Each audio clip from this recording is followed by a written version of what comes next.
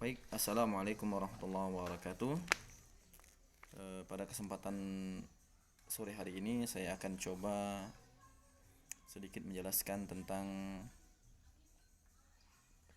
tugas yang diberikan oleh Ibu dosen Citra Yasa tentang teori organisasi, di mana pada mata kuliah hari ini membahas tentang birokrasi, di mana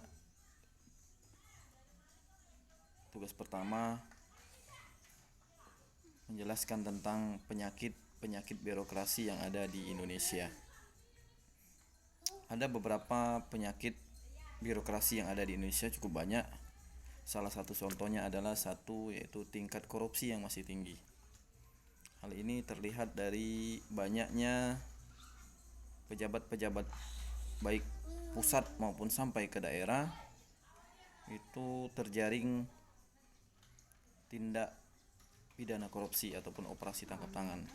Hal ini mengindikasikan bahwa tingkat korupsi di Indonesia sangat tinggi. Ini merupakan penyakit birokrasi di Indonesia yang sangat akut, yang sangat sulit untuk diatasi sampai saat ini. Kemudian yang kedua yaitu kualitas ASN yang masih belum optimal dalam mendukung kinerja pemerintah, di mana ASN di Indonesia ini masih belum mempunyai kapabilitas dan juga integritas yang cukup tinggi yang bisa mendukung suksesnya kinerja pemerintah, sehingga pemerintahan yang diharapkan tersebut pemerintahan yang mempunyai kerja yang efektif dan efisien. Kemudian yang ketiga yaitu dari kualitas ASN yang kurang baik tersebut itu berpengaruh kepada pelayanan publik yang diberikan kepada masyarakat, sehingga ada kesan bahwa pemerintah tidak memperhatikan kebutuhan masyarakat karena tingkat pelayan publik yang rendah seperti itu. Dan yang terakhir yaitu inefektivitas dan inefisien dalam pengelolaan pembangunan. Jadi banyaknya perencanaan pembangunan yang dilakukan oleh pemerintahan baik di pusat maupun daerah itu seakan-akan hanya serampangan ataupun tidak menggunakan dasar-dasar yang terukur dan efisien, sehingga keluaran ataupun outcome dari sasaran pembangunan tersebut tidak sesuai dengan apa yang diinginkan. Seperti itu yang kami ketahui.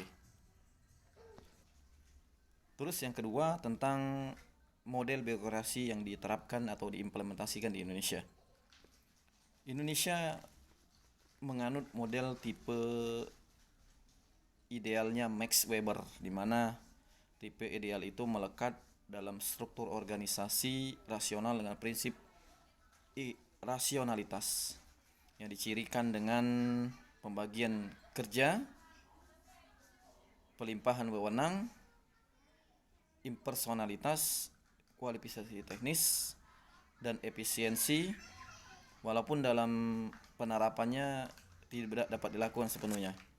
Jadi kalau kita lihat model tipe birokrasi ini adalah birokrasi yang komplit, tetapi memang dibutuhkan suatu tindakan yang cukup komprehensif, sehingga diharapkan nantinya didapatkan model-model birokrasi yang efektif dan efisien. Itu saja yang mungkin bisa saya sampaikan.